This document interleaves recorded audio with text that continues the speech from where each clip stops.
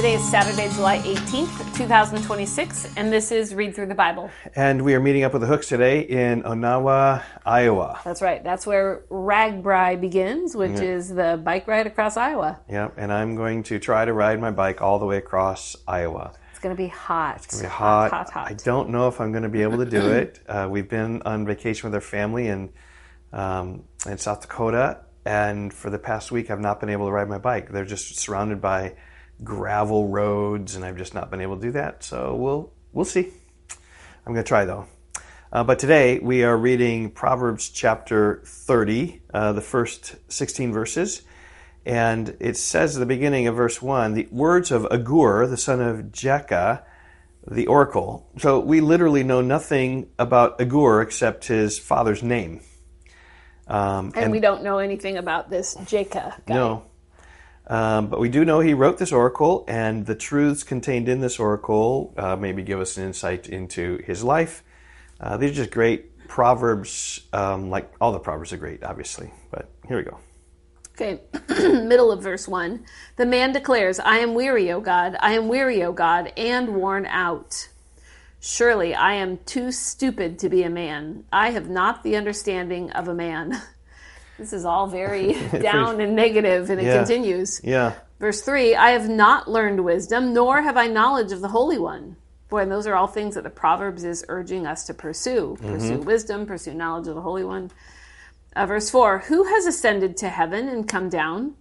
Who has gathered the wind in his fists? Who has wrapped up the waters in a garment? Who has established all the ends of the earth? What is his name? And what is his son's name? Surely you know. There's an allusion to the Trinity there a little bit. What's his name? Surely you know. It's Yahweh. What's his son's name? That is Jesus. Surely you know.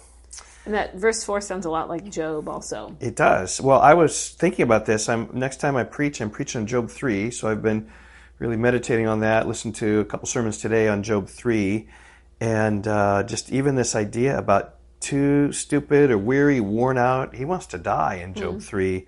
And just even this whole context, just speaking about how great the Lord is, kind of helps that. Anyway, verse 5. Every word of God proves true.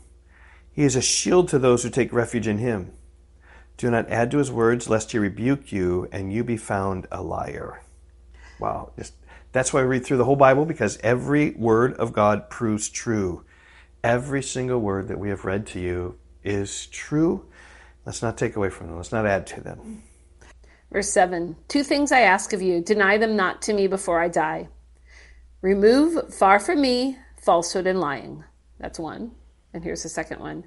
Give me neither poverty nor riches. Feed me with the food that is needful for me, lest I be full and deny you and say, who is the Lord? Or lest I be poor and steal and profane the name of my God. 2 great requests: that we would be filled with truth, and that we would live in the middle class, having neither riches nor poverty. Right, because riches cause us to be self-sufficient and think that we don't need God. Yeah, I do think that's the problem of America, is many Americans don't need God because they have everything they need, unless they be poor and steal in order to live, and therefore profane the name of God.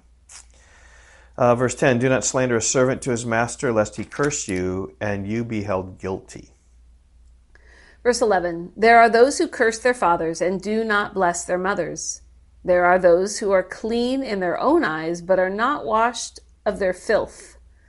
There are those, how lofty are their eyes, how high their eyelids lift. There are those whose teeth are swords, whose fangs are knives, to devour the poor from off the earth, the needy from among mankind. There's all these different types of people. Okay, the leech has 2 daughters. Give and give. 3 things are never satisfied. 4 never say enough.